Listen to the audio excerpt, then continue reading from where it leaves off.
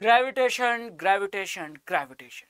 I don't like gravitation, but gravitation likes me and I can't avoid. कुछ यही attitude होना चाहिए आपका जब आप साइंस में न्यूमेरिकल सॉल्व करते हो। और न्यूमेरिकल वाले अगर चैप्टर की बात करें हम क्लास 9 के सिलेबस के अकॉर्डिंग, तो ग्रेविटेशन और force, Newton laws of motion, work and energy, ये कुछ ऐसे चैप्टर हैं जहां न्यूमेरिकल प्रैक्टिस हमको करना होता है। तो न्यूमेरिकल से डरना नहीं है, न्यूमेरिकल के पीछे पड़ जाना है कि वो हाथ जोड़ ले और मजबूर हो जाए कि नहीं बेटा आप सॉल्व करके ही रहो, हम क्षमा मांगते हैं। तो चलिए आज के सेशन में मैं आपको ग्रेविटेशन के कुछ बढ़िया न्यूमेरिकल प्रैक्टिस कराता हूं, है ना। ये जो ग्रेविटेशन का दर्द न्यूटन झेल रहे थे, उस दर्द को आप ना झेलो, तो मैं आपको कुछ बढ़िया क्वेश्चन प्रैक्टिस कराऊंगा जिससे आपका कंसेप्ट स्ट्रांग होगा और न्यूमेरिकल सॉल्व करने में आपका कॉन्फिडेंस भी बढ़ेगा। ठीक है, तो चलिए स्टार्ट करते हैं न्यूमेरिकल्स ऑन ग्रेविटेशन। तो मैं 1 बाय 1 क्वेश्चन लाऊंगा। पहला क्वेश्चन आपके सामने आ चुका है। ठीक है, टोटल मैं 10 क्वेश्चन प्रैक्टिस कराऊंगा। तो ये 10 क्वेश्चन बहुत इंपॉर्टेंट है। क्वेश्चन को सॉल्व करने के बाद आपका कंसेप्ट डेवलप होता है, तो कंसेप्ट को पकड़ना बहुत जरूरी है, तो आपके न्यूमेरिकल्स भी सही होंगे। ठीक है, चलिए तो पहले क्वेश्चन को ध्यान से देखते हैं। A ball thrown up vertically returns to the thrower after 6 second. यानी बॉल को एक थ्रोअर ने ऊपर फेंका और वो 6 सेकेंड बाद वापस आ गई। तो आपको 3 चीजें निकालनी है। वेलोसिटी जिससे उसको थ्रो किया गया था, मैक्सिमम हाइट जहां तक वो बॉल पहुंची थी, और उसकी पोजीशन कहां से, ग्राउंड से कितने सेकंड बाद, 4 सेकंड बाद। ठीक है, तो सबसे पहले आपको ये सोचना जरूरी है कि बॉल को, अब ऐसे क्वेश्चन आएगा ना तो आपको पहला काम करना है डायग्राम बनाना है। तो मैंने लो डायग्राम बनाया। डायग्राम में सबसे पहले क्या, ग्राउंड बनाओ, क्योंकि थ्रो कहां से किया है, ग्राउंड से किया है ना। तो ग्राउंड से अगर आपको बॉल, थ्रोअर ने बॉल को थ्रो किया है, तो वो वापस कितना समय लेकर आ रही है, 6 सेकेंड। तो 6 सेकेंड का मतलब जाना भी और आना भी। तो टोटल टाइम अगर 6 सेकेंड लग रहा है, तो एक तरफ का टाइम कितना लगेगा, हाफ, यानी 3 सेकेंड। यानी 3 सेकेंड लगा उसको मैक्सिमम हाइट तक जाने में, और बाकी 3 सेकेंड लगा उसको वापस ग्राउंड में आने पे, है ना। तो हमको इतनी बात तो पता चल गई। अब मुझसे क्या पूछा है, पहली चीज, velocity with which it was thrown up. तो पहले ये बताओ, ये जो पोजीशन है ये आपकी मैक्सिमम हाइट है ना, बॉल इस मैक्सिमम हाइट तक पहुंच रहा है। तो मैक्सिमम हाइट पे आपने क्या देखा कि अगर आप किसी भी ऑब्जेक्ट को थ्रो करते हो तो पहले वो ऊपर जाता है, और जैसे जैसे ऊपर जा रहा है उसकी वेलोसिटी क्या हो रही है, कम, क्योंकि ग्रेविटेशनल फोर्स उसे नीचे खींच रही है ना। तो डिस्प्लेसमेंट ऐसे, फोर्स ऐसे लग रहा है, तो इसलिए लगातार उसकी वेलोसिटी कम होती होती होती तो एक समय आएगा कि जब मैक्सिमम हाइट पे पहुंचेगा ऑब्जेक्ट, तो उसकी वेलोसिटी कुछ पल के लिए क्या हो जाएगी, 0। तो ऐसे गया फिर नीचे आया। तो आपने क्या देखा कि एक समय मेरा जो हाथ था वो कांस्टेंट रेस्ट पे आ गया, ऐसे। तो मैक्सिमम हाइट पे हमेशा आपको याद रखना है कि जो वेलोसिटी होती है वो 0 होती है। तो जब हमने थ्रो किया तो ये हमारी इनिशियल वेलोसिटी थी u। तो जब उस मैक्सिमम हाइट पे पहुंचा तो वो जो वेलोसिटी है वो क्या होगी, फाइनल वेलोसिटी, और वो कितनी होगी, 0।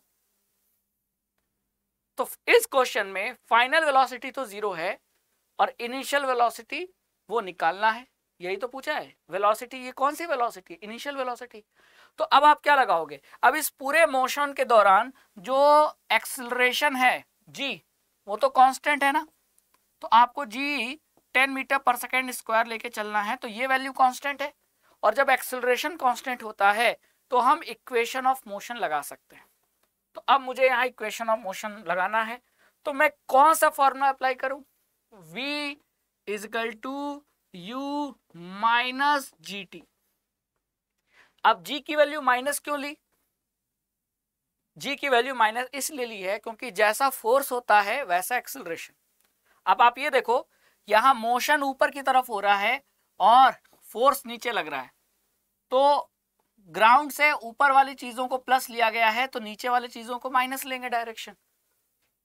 तो फोर्स नीचे लग रहा है तो एक्सेलरेशन का भी डायरेक्शन नीचे यानी माइनस होगा। तो इसीलिए जी की वैल्यू यहां माइनस ली गई है। बात समझ में आ गया। यानी जब भी कोई ऑब्जेक्ट ऊपर जा रहा हो वर्टिकली अपवर्ड, तो उस केस में जी की वैल्यू माइनस होती है। क्यों माइनस होती है समझ में आया? क्योंकि ग्राउंड के ऊपर के चीजों को प्लस लिया गया है रेफरेंस के लिए, तो ग्राउंड से नीचे वाली चीजों को माइनस लेंगे। अब आप ये बताओ फाइनल वेलोसिटी कितनी है? 0। इनिशियल वेलोसिटी जिससे आपने थ्रो किया था वो निकालना है, ठीक है। माइनस जी की वैल्यू क्या ले लो 10 इंटू टी कितना है, तो एक तरफ जाने में टी कितना लगा 3 सेकेंड, तो ये हो जाएगा 3 सेकेंड। तो ये हो जाएगा minus u equal to -30 metre per second, है ना, क्लियर। तो ये आपका कट जाएगा और u की वैल्यू आ जाएगी 30 मीटर पर सेकेंड। तो पहले पार्ट का आंसर आ गया, है ना। आंसर क्या है? 30 मीटर पर सेकेंड, यानी थ्रोअर ने बॉल को कितने वेलोसिटी से ऊपर थ्रो किया? 30 मीटर पर सेकेंड के वेलोसिटी से थ्रो किया। अब मुझे निकालना है मैक्सिमम हाइट जहां तक ये बॉल पहुंची, यानी ये हाइट मुझे निकालनी है ना। तो अब ये हाइट में कैसे निकालूं, कौन सा फॉर्मूला लगाऊं? तो मुझे पता है u, मुझे पता है v, और ऐसा फॉर्मूला जिसमें v, u और h आ जाए उससे काम बन जाएगा। तो मैं ये वाला फॉर्मूला लगा लेता हूं। तो b पार्ट सॉल्व कर रहा हूं, v square equal to u square minus 2gh। Minus क्यों लिया जी, बात समझ में आ गई। अब फाइनल कितना है वेलोसिटी 0, इनिशियल कितना है 30, तो 30 का स्क्वायर हो जाएगा -2 इंटू जी कितना है 10, और हाइट निकालना है, तो ये हो जाएगा -30, है ना। ये हो जाएगा आपका कितना -30 का स्क्वायर, ये हो जाएगा -20h, तो ये हो जाएगा आपका 30 इंटू 30 -20h, माइनस से माइनस कट गया, 0 से 0 कट गया, ये आ गया 15 और ये हो गया h आपका 45 मीटर। तो एक तरफ का जो हाइट है वो हमारा आ गया कितना 45 मीटर। तो ए पार्ट भी हो गया, बी पार्ट भी हो गया। अब आपको पूछा है नेक्स्ट सी पार्ट कि बॉल की पोजीशन आफ्टर 4 सेकेंड। तो जरा इमेजिन करो, ये 3 सेकेंड, ये 3 सेकेंड, तो 4 सेकेंड मतलब बॉल पहले ऐसे गया 3 सेकेंड और फिर वापस आया, तो जब 1 सेकेंड और बीत गया और बॉल कहीं यहां है, तो अब ग्राउंड से ये पोजीशन आपसे पूछी है ना, ये पोजीशन अब आपसे पूछी है ना। तो सी पार्ट में मुझे ये हाइट निकालनी है। 3 सेकेंड लोग लगा जाने में और वापस 1 सेकेंड और नीचे आया, क्योंकि वापस आने में कितना सेकेंड लग रहा है 3 सेकेंड। तो मान लेते हैं वो 1 सेकेंड में यहां से यहां तक आया, तो अभी वो 2 सेकेंड में और नीचे चला जाएगा, तो अभी उसकी पोजीशन यहां है। तो मुझे ग्राउंड से उसकी पोजीशन निकालनी है, तो मैं कैसे निकालूं आप बताओ, क्या लगाएं बताइए। तो मुझे अगर ये डिस्टेंस पता चल जाए तो 45 से मैं माइनस कर दूंगा, तो ये, क्योंकि ये पूरी डिस्टेंस कितनी है 45 है ना, ग्राउंड से ये 45 है, और मुझे केवल इतनी डिस्टेंस पता चल जाए तो 45 से मैं ये डिस्टेंस माइनस कर दूंगा तो ये डिस्टेंस आ जाएगा, है ना। तो मैं पहले ये वाली डिस्टेंस निकाल रहा हूँ कि 1 सेकेंड में वो कितना चला, तो ये मैं कैसे निकालूंगा अब आप बताओ। तो मैं सी पार्ट यहां सॉल्व कर रहा हूं, ठीक है। तो मैक्सिमम हाइट से 1 सेकेंड में बॉल कितना नीचे आया, तो मैं ये वाली h0 निकाल रहा हूं, है ना, और टोटल मुझे पता है, तो टोटल में से h0 माइनस कर दूंगा तो मेरा आंसर आ जाएगा। तो ये कैसे मैं निकालूं, ये निकाल लेता हूं h equal to ut plus half GT square, क्योंकि अब बॉल किधर जा रहा है, अब बॉल का मोशन नीचे की तरफ हो रहा है, तो नीचे के तरफ, यानी जिधर फोर्स लग रहा है उधर ही डिस्प्लेसमेंट हो रहा है, तो एक्सेलरेशन क्या होगा पॉजिटिव, है ना। पहले केस में क्या था, फोर्स नीचे लग रहा था और बॉडी ऊपर जा रही थी, तो यहां एंगल क्या बना 180 डिग्री, तो इसीलिए जी की वैल्यू माइनस लिया। लेकिन फोर्स इस केस में जब बॉल नीचे आ रहा है तो फोर्स भी नीचे लग रहा है, डिस्प्लेसमेंट भी नीचे हो रहा है, तो एक्सेलरेशन क्या होगा, एक्सेलरेशन उसकी पॉजिटिव होगी, तो जी की वैल्यू इसीलिए प्लस लिया है। अब वापस आते समय जो पहले केस में जो फाइनल वेलोसिटी थी, अब वापस दूसरा जो ड्यूरेशन है उसमें वही फाइनल वेलोसिटी अब क्या बन जाएगा, इनिशियल वेलोसिटी, है ना। क्योंकि पहले क्या था, पहले initial velocity 30 metre per second था, फाइनल कितना था 0। और जब बॉल अब नीचे आएगा तो इनिशियल 0 हो जाएगा और फाइनल फिर निकालना होगा अगर पूछेगा तो इनिशियल वेलोसिटी हमको पता चल गई 0, है ना। तो h इजकल टू ये पार्ट 0 हो जाएगा प्लस हाफ इंटू 10 और टाइम कितना है 1 सेकेंड, तो 1 इंटू 1, तो ये करोगे कितना आएगा h नॉट आ गया आपका कितना 5 मीटर। अब आपको टोटल डिस्टेंस पता थी, ग्राउंड से टोटल हाइट पता थी 45 मीटर मैक्सिमम हाइट, तो 45 मीटर में आप h नॉट माइनस कर दोगे तो ग्राउंड से डिस्टेंस आ जाएगा, तो कितना आएगा 45 माइनस 5, यानी आपका जो आंसर है वो है 40 मीटर। तो ग्राउंड से बॉल 4 सेकंड बाद बॉल की जो पोजीशन होगी वो क्या होगी, ग्राउंड से 40 मीटर ऊपर होगा। ठीक है, तो ये हमने पहला क्वेश्चन सॉल्व कर लिया। ठीक है, क्लियर। अब आगे चलते हैं नेक्स्ट क्वेश्चन पे, समझ में आ रहा है ना। चलो नेक्स्ट क्वेश्चन क्या है, a ball weighing 4 kg of density, एक बॉल है जिसका मास दिया है, जिसकी डेंसिटी दिया है, ठीक है, उसे पानी में इमर्स कर दिया जाता है। पानी की डेंसिटी कितनी दी है 1000 kg पर मीटर क्यूब। तो find the force of buoyancy on it. अब बायोंसी का कंसेप्ट यही है, आपको पता होगा कि जब किसी ऑब्जेक्ट को हम पानी में इमर्स करते हैं तो वो ऑब्जेक्ट ऊपर की तरफ एक फोर्स एक्सपीरियंस करता है जिसे हम क्या कहते हैं बायंट फोर्स, है ना। तो ऑब्जेक्ट का वेट उसे नीचे की तरफ खींच रहा है और बायंट फोर्स ऊपर लग रहा है। ठीक है, अब ये बायंट फोर्स ऊपर लग रहा है लेकिन कितना लग रहा है, तो ये कैसे बताते हैं। तो बायंट फोर्स की जो मैग्नीट्यूड होती है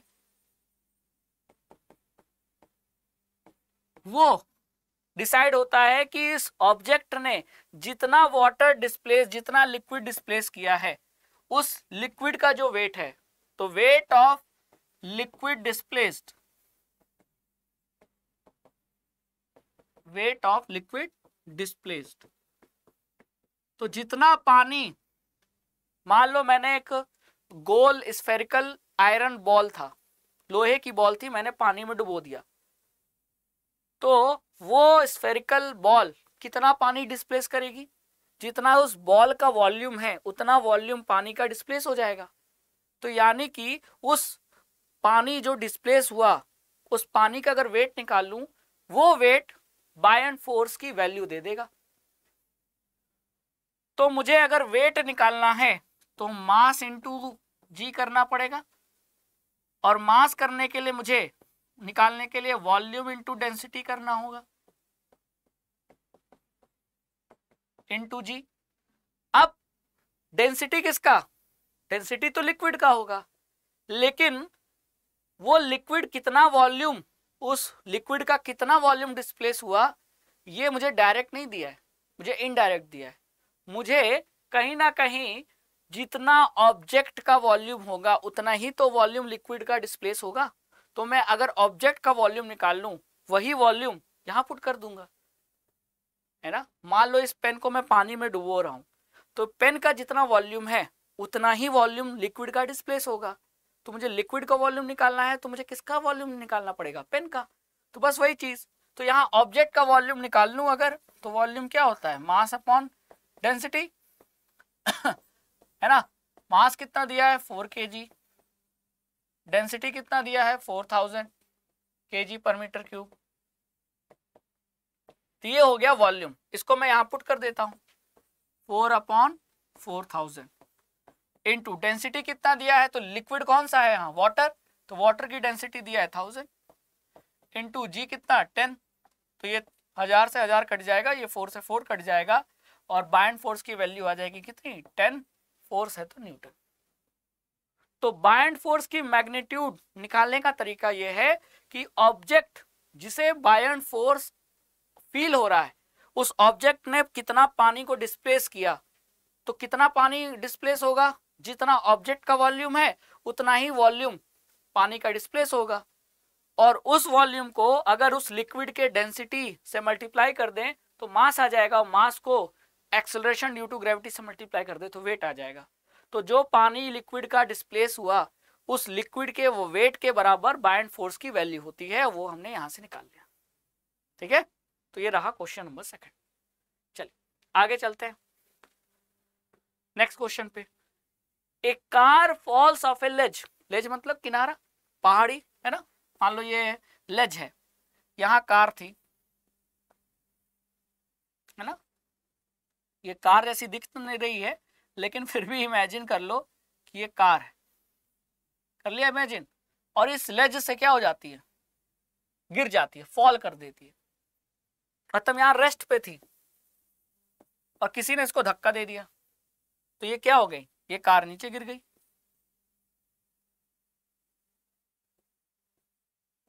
है ना, नीचे गिर रही है। अब आपको जी की वैल्यू दिया है, ठीक है, और ये ग्राउंड में आने में कितना समय लगा है, ये मान लेते हैं ये ग्राउंड है, तो कार को नीचे गिरने में 0.5 सेकंड लग रहा है ना। मैं क्या कर रहा हूं, देखो पहले डायग्राम बना रहा हूं, आपको भी यही करना है। तो पहला चीज पूछा है कि what is the speed on striking the ground, तो ग्राउंड पे उसकी वेलोसिटी पूछी है, तो ये वेलोसिटी इनिशियल होगी कि फाइनल, ऑब्वियसली यहां जो वेलोसिटी थी वो क्या थी, 0, वो इनिशियल होगी यानी u, तो ये ग्राउंड पे जो वेलोसिटी यानी टकराते समय उसकी वेलोसिटी क्या होगी, फाइनल होगी यानी v। तो हमसे v पूछा है, पहले पार्ट में हमसे क्या पूछा है, v पूछा है। तो पहला पार्ट अगर हम सॉल्व करें तो क्या करूंगा, v equal to u plus g t की माइनस जी टी। तो देखो जब कार नीचे गिर रही है तो ग्रेविटेशनल फोर्स भी नीचे लग रहा है और डिस्प्लेसमेंट भी नीचे हो रही है, यानी फोर्स पॉजिटिव, फोर्स पॉजिटिव तो एक्सेलरेशन भी पॉजिटिव, तो यहाँ मैं प्लस जी टी लगाऊंगा।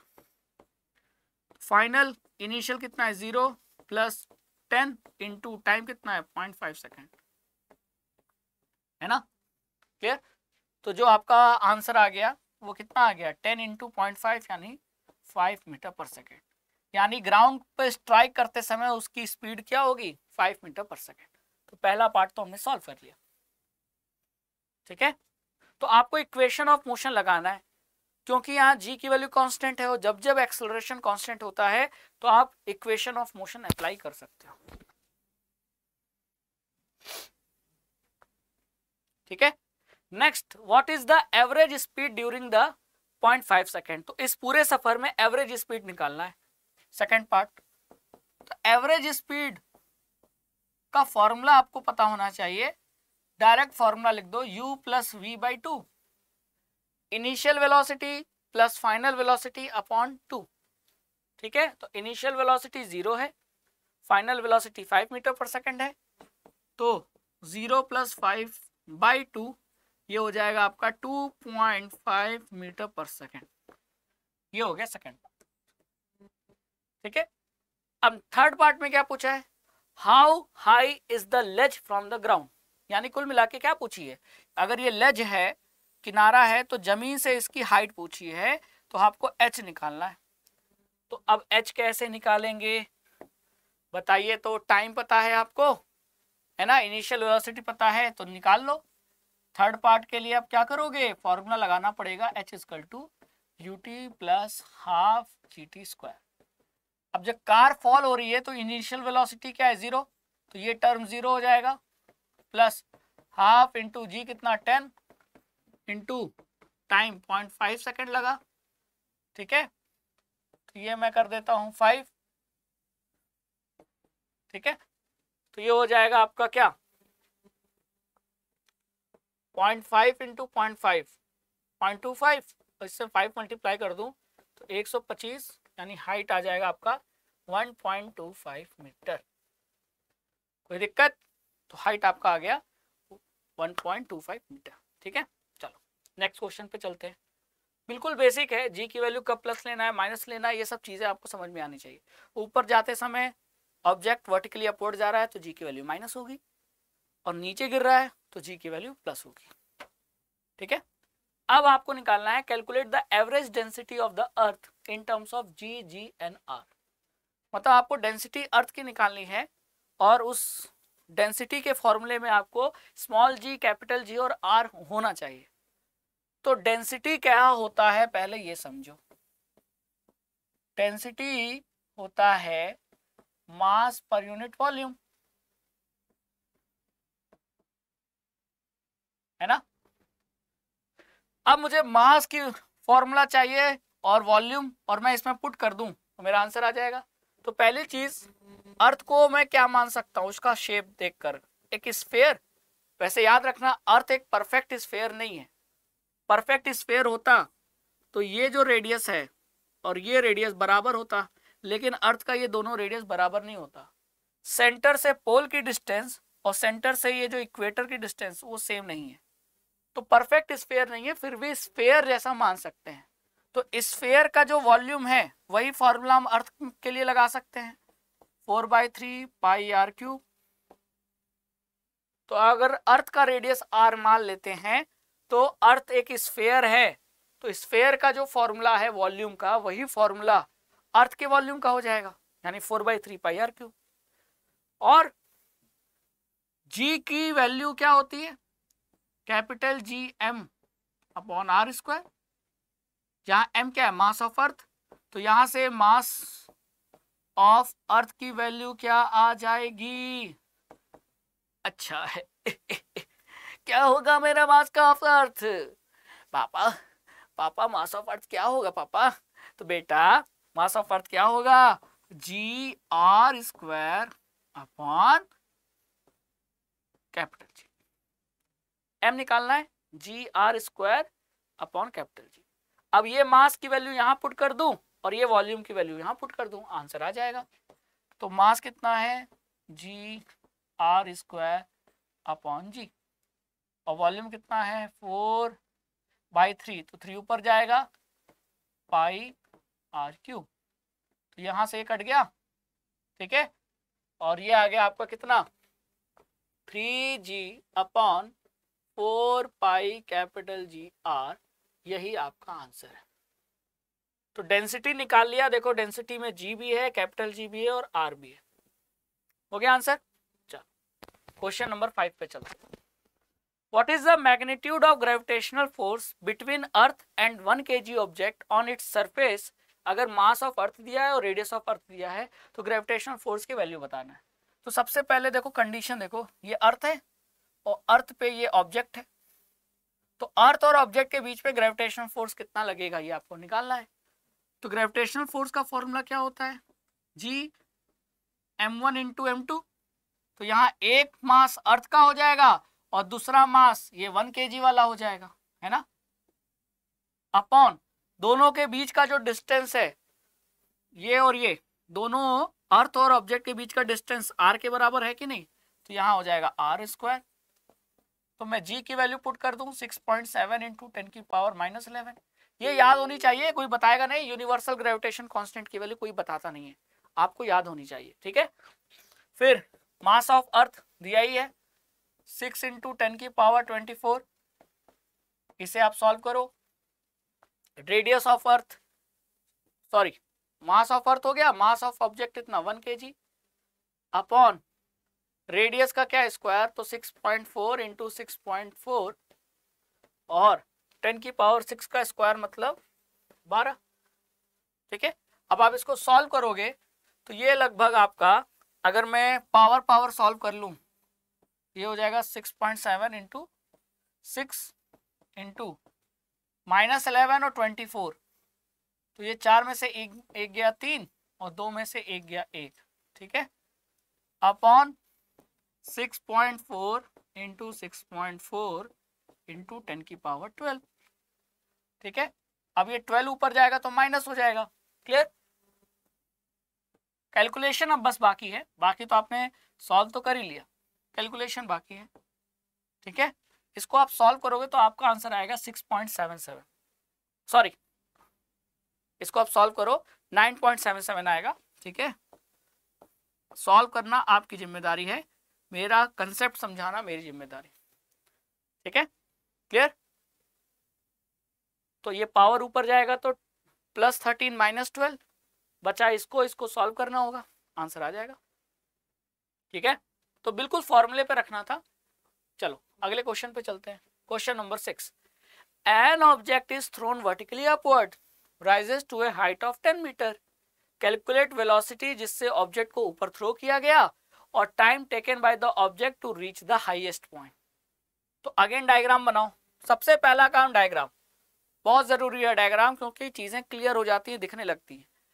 तो एक ऑब्जेक्ट है, तो मान लेते हैं ऑब्जेक्ट को ग्राउंड से ऊपर थ्रो किया गया है ना, और ये मैक्सिमम कितने हाइट तक राइज करता है, ये मान लेते हैं ये मैक्सिमम हाइट है, और ये मैक्सिमम हाइट कितनी दी गई है 10 मीटर। तो हाइट की वैल्यू दे रखी है 10 मीटर, ठीक है। अब जी ले लेते हैं कितना 10, जी की वैल्यू 10 लेके आप 9.8 लेके भी सॉल्व कर सकते हो, लेकिन 9.8 लेने में अक्सर आंसर डेसिमल में आता है ना, पॉइंट समथिंग। तो परफेक्ट आंसर के लिए हम जी की वैल्यू 10 ले लेते हैं। अब मुझे पहला पार्ट क्या पूछा है कि मुझे वेलोसिटी निकालना है with which the object was thrown upward, यानी कितने वेलोसिटी से उसे थ्रो किया गया। तो ये तो आपका इनिशियल वेलोसिटी हो गया, और जो वो ऑब्जेक्ट मैक्सिमम हाइट पे पहुंचेगा तो उसकी वेलोसिटी क्या हो जाएगी 0। तो ये जो 0 हुई ये फाइनल है कि इनिशियल, इनिशियल तो ये था, तो ये फाइनल होगी, फाइनल वेलोसिटी क्या हो जाएगी 0। तो हमसे v निकालना है, सॉरी u निकालना है। तो कौन सा फॉर्मूला लगाओ, v equal to u minus g t. Minus क्यों, जब ऊपर उसे फेंक रहे हैं तो फोर्स नीचे लग रहा है, डिस्प्लेसमेंट ऊपर हो रहा है, तो फोर्स निगेटिव, तो एक्सेलरेशन भी निगेटिव, तो g की वैल्यू माइनस लेंगे। तो आपसे v तो पता है 0, तो यहाँ आप 0 रख दो। u माइनस जी कितना है 10, इंटू टाइम नहीं दिया है, तो इसका मतलब ये फॉर्मूला नहीं लगेगा। अब समझ में आई बात, टाइम देता तो ये फॉर्मूला लगा सकते थे। तो फिर कौन सा फॉर्मूला लगाएं जिससे मेरा काम बन जाए, तो एक और फॉर्मूला लगा के देखते हैं, v square equal to u square minus 2gh। ये काम कर जाएगा, देखते हैं। फाइनल वेलोसिटी 0, इनिशियल वेलोसिटी निकालना है -2 इंटू जी10, और h दिया है 10। हाँ काम कर जाएगा मेरा, है ना, तो रटना नहीं है ना। तो इक्वेशन लगा के देखो, तो पहले ये देखो कि क्या क्या गिवन है, तो वो गिवन सारे चीजें एक फॉर्मूले में आएंगी तो काम बन जाएगा। तो इस फॉर्मूले में जो जो दिया है सब कुछ आ रहा है, तो मेरा काम बन जाएगा, है ना। टाइम नहीं दिया था, इसीलिए जो इसके पहले फॉर्मूला लगाया था वो फिट नहीं बैठा, ठीक है। अब यहां से ये माइनस यू स्क्वायर हो जाएगा -200, है ना, क्लियर क्लियर। तो ये हो जाएगा आपका क्या 10√2।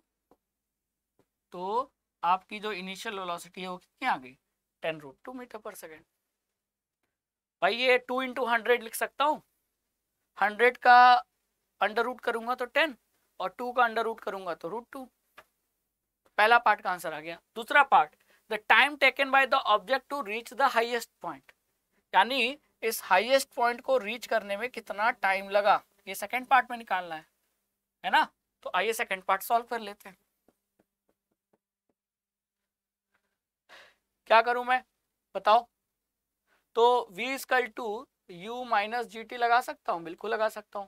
फाइनल वेलोसिटी 0, इनिशियल कितना है 10√2 माइनस 10t, तो ये हो जाएगा -10√2 equal to -10t। Minus minus cut गया, 10 कट गया, तो जो टाइम लगा वो कितना लगा √2 सेकेंड, यानी 1.41।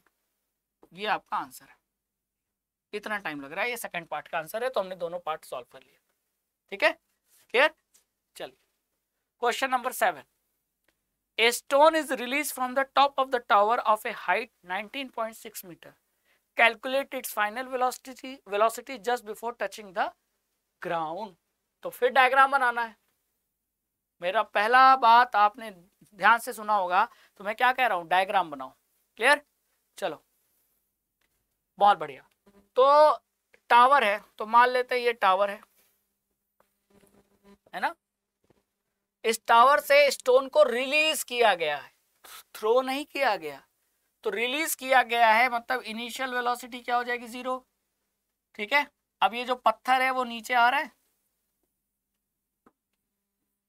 तो जमीन से टकराते समय इसकी जो वेलोसिटी है वो पूछा है, यानी v, है ना।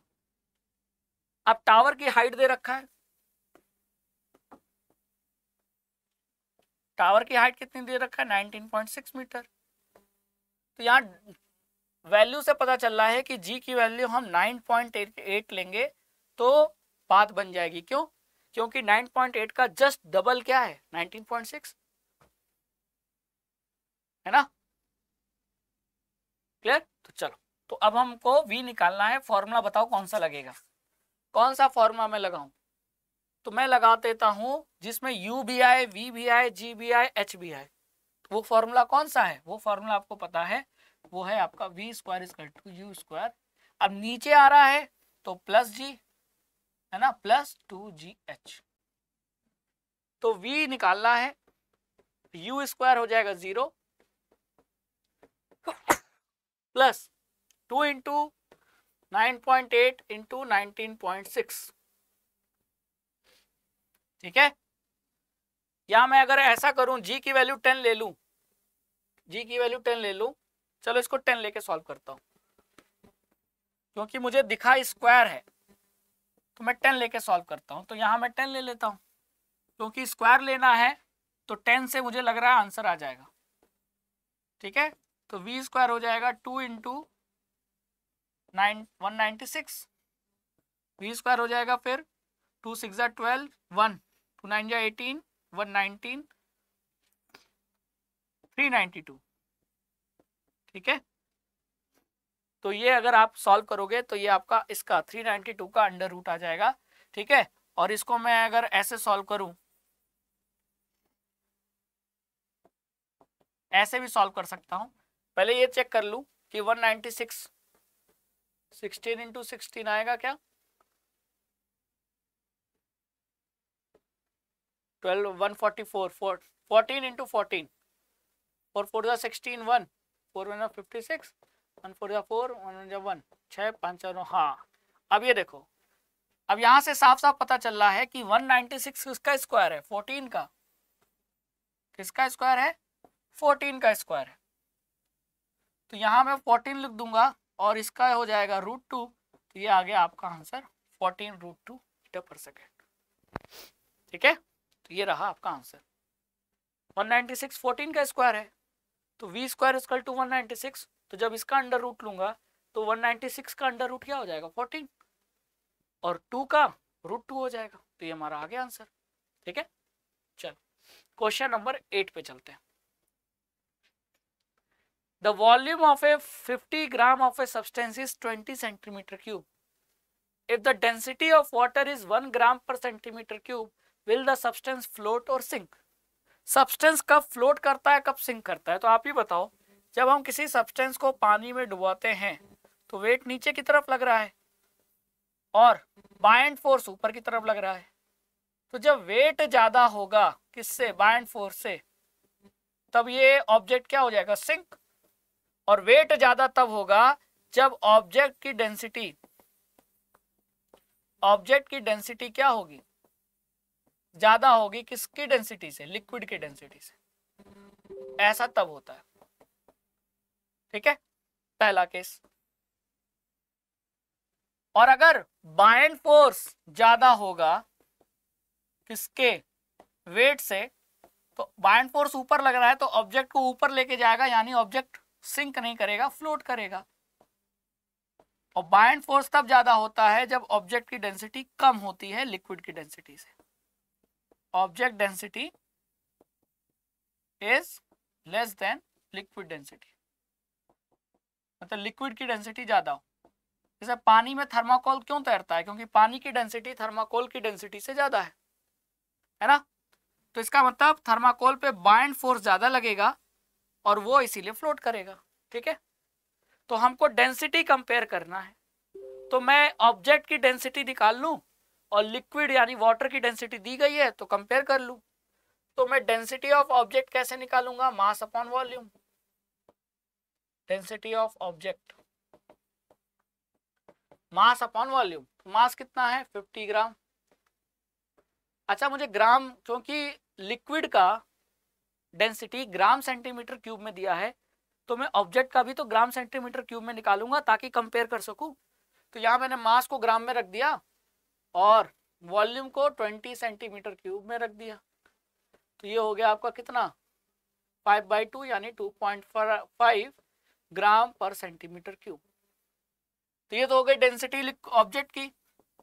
और लिक्विड क्या है, वाटर है ना। वाटर की डेंसिटी कितनी दी है 1 ग्राम पर सेंटीमीटर क्यूब।